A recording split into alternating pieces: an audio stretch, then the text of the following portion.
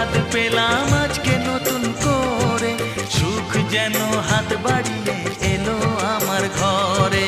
স্বপ্ন